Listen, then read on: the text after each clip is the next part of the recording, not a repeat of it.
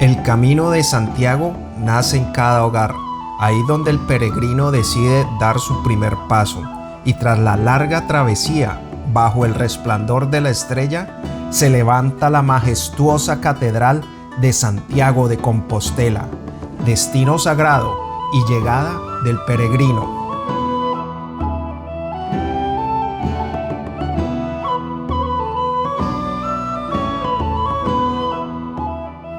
Desde la Santa Apostólica Metropolitana Iglesia Catedral de Santiago de Compostela, que es un templo de culto católico situado en la ciudad de Santiago de Compostela, aquí en la provincia de La Coruña, en España.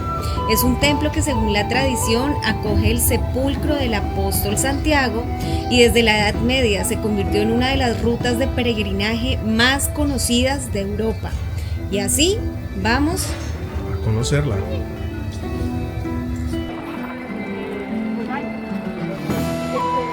La Catedral de Santiago de Compostela es una mezcla de estilos arquitectónicos. Su origen románico, iniciado en el siglo XI, marca la estructura fundamental del templo, con plantas de cruz latina, robustos muros de piedra y arcos semicirculares que evocan solidez y eternidad. Con el paso de los siglos, nuevas corrientes dejaron sus huellas. El gótico elevó sus bóvedas y ventanales. El Renacimiento aportó equilibrio y armonía. El barroco envolvió la catedral en un esplendor ornamental que alcanza su máxima expresión en la fachada del Obradoiro y en la capilla mayor. En su interior, la grandiosidad de las naves, los capiteles esculpidos y la luz tamizada crean un espacio que inspira recogimiento. Cada rincón de la catedral narra siglos de fe, arte y transformación, convirtiéndola en un monumento único en el mundo cristiano. En lo alto, las bóvedas de crucería góticas se entrelazan como un cielo de piedra, aligerando la solidez románica y creando un espacio que invita a mirar hacia arriba, hacia lo trascendente. La geometría de las nervaduras no solo refuerzan la estructura, sino que dibuja un lenguaje arquitectónico que habla de la elevación espiritual. Y acompañando este silencio de piedra, el órgano catedralicio despliega su grandeza barroca, con sus tubos plateados y ornamentación de ángeles dorados. No es solo un instrumento musical, sino una obra de arte que ha resonado durante siglos en las grandes ceremonias. Su sonido envolvente transforma la catedral en una celebración de paz y fe, capaz de conmover hasta el más silencioso de los peregrinos.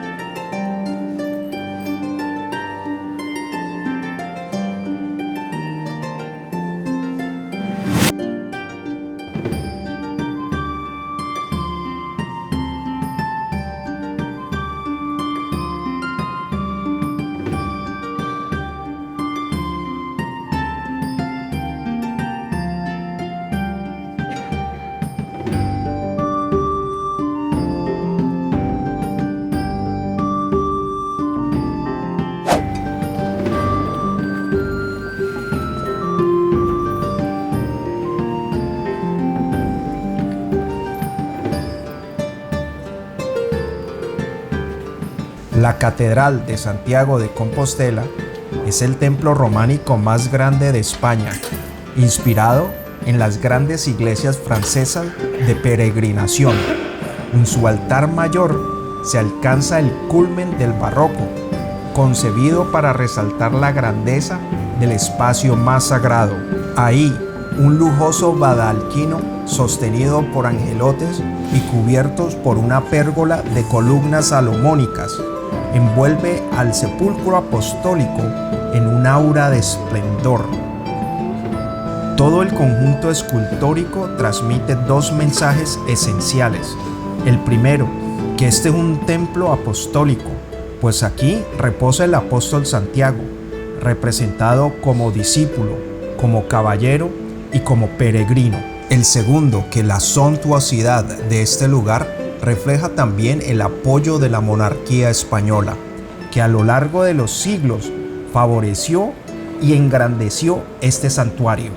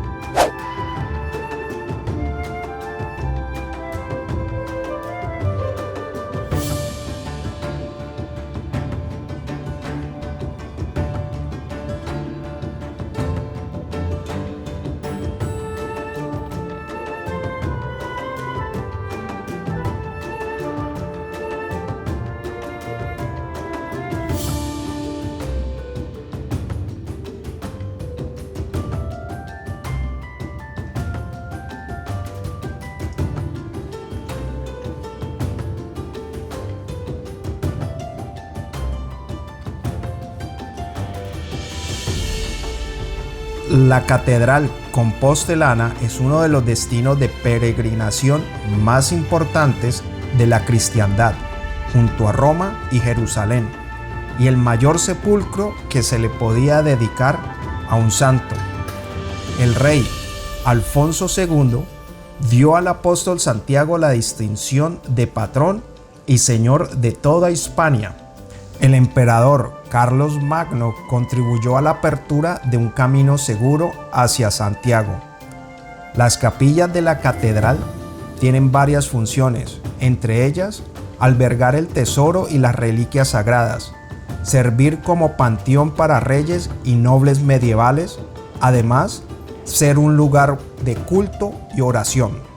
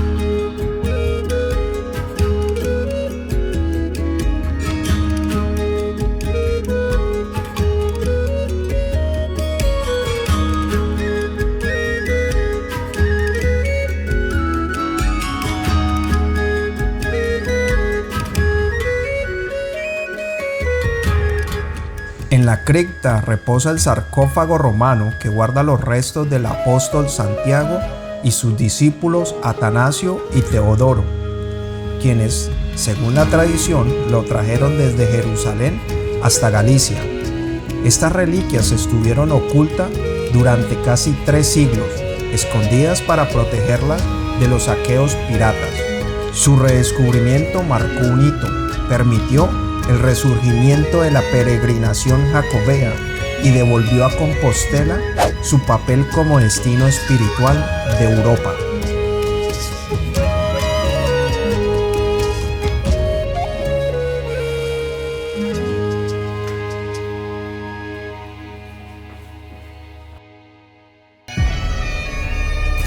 Ahora una visita al Pórtico de la Gloria, así que vamos.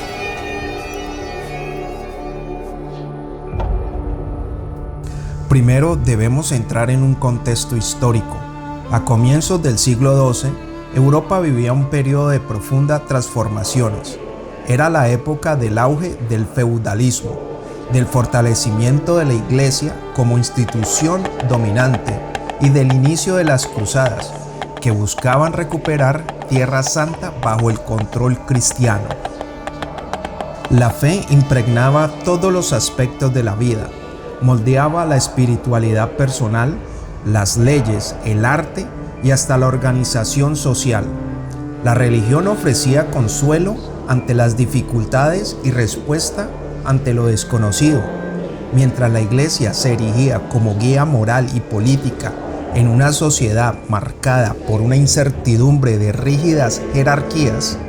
Este siglo fue también testigo del florecimiento del arte románico, con sus sólidas iglesias y monasterios de sillares, sus bóvedas de cañón y sus esculturas cargadas de simbolismo. Paralelamente, surgían los primeros centros urbanos y el comercio resurgía tras siglos de declive. Gran parte de este esplendor artístico se debe a la influencia de la Iglesia, que impulsó la construcción de monasterios, catedrales e iglesias como centro de fe y poder. La relativa estabilidad política en algunas regiones de Europa permitió destinar recursos a proyectos arquitectónicos y artísticos. El auge de las peregrinaciones, especialmente a Santiago de Compostela, estimuló la creación de monumentos y obras destinadas no solo a inspirar devoción, sino también a educar al peregrino. Esculturas, frescos y relieve resaltaban pasajes bíblicos y enseñanza cristiana de forma visual, convirtiendo el arte en un auténtico libro abierto para una población mayoritariamente analfabeta. Así, la belleza y la majestuosidad del arte románico transmitían valores espirituales y reforzaban la fe de toda una sociedad.